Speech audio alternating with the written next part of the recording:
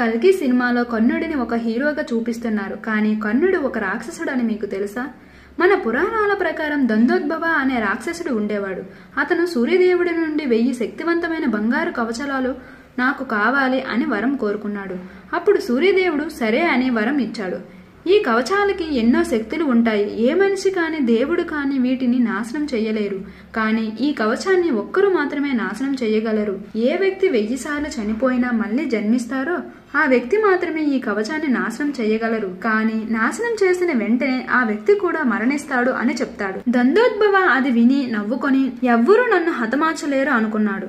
ఈ వరం పొందిన తరువాత రాక్షసుడు అజేయుడైపోయాడు. ప్రతి ఒక్క రాజ్యాన్ని ఓడించి అందరిని హింసించేవాడు. అప్పుడు విష్ణుమూర్తి నర్ మరియు నారాయణుడిగా భూమిపై అవతారం ఎత్తాడు. దందోద్భవుడిని సంహరించడానికి నర్ మరియు నారాయణుడిగా జన్మిస్తాడు. వాళ్ళ ఇద్దరి శరీరాలు వేరైనప్పటికీ వాళ్ళ ఆత్మ మాత్రం ఒక్కటే. దందోద్భవుడితో చాలాసార్లు యుద్ధం చేశారు. నరి యుద్ధం చేస్తుంటే నారాయణుడు తపస్సు చేస్తూ ఉండేవాడు. దందోద్భవుడిని నర్ చంపిన వెంటనే నర్ కూడా చనిపోతాడు.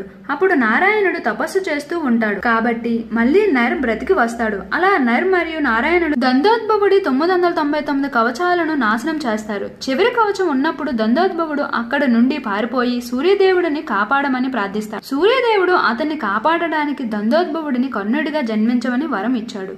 బహుశా అందుకేనేమో కర్ణుడు అధర్మం వైపు నిలబడతాడు. నర్ మరియు నారాయణులు కూడా కర్ణుడి రూపంలో ఉన్న దందోద్భవుడిని చంపడానికి అర్జునుడు మరియు కృష్ణుడిగా జన్మించారు అని కొన్ని పురాణాలు చెప్తాయి. కృష్ణుడు అర్జునుడు చాలా స్నేహంగా ఉంటారు, ఎందుకంటే వారిద్దరూ విష్ణుహంసం కాబట్టి. ఈ వీడియో నచ్చితే జస్ట్ ఓ లైక్ చేయండి. ఇలాంటి మరిన్ని వీడియోస్ కోసం మా ఛానల్ సబ్స్క్రైబ్ చేయండి.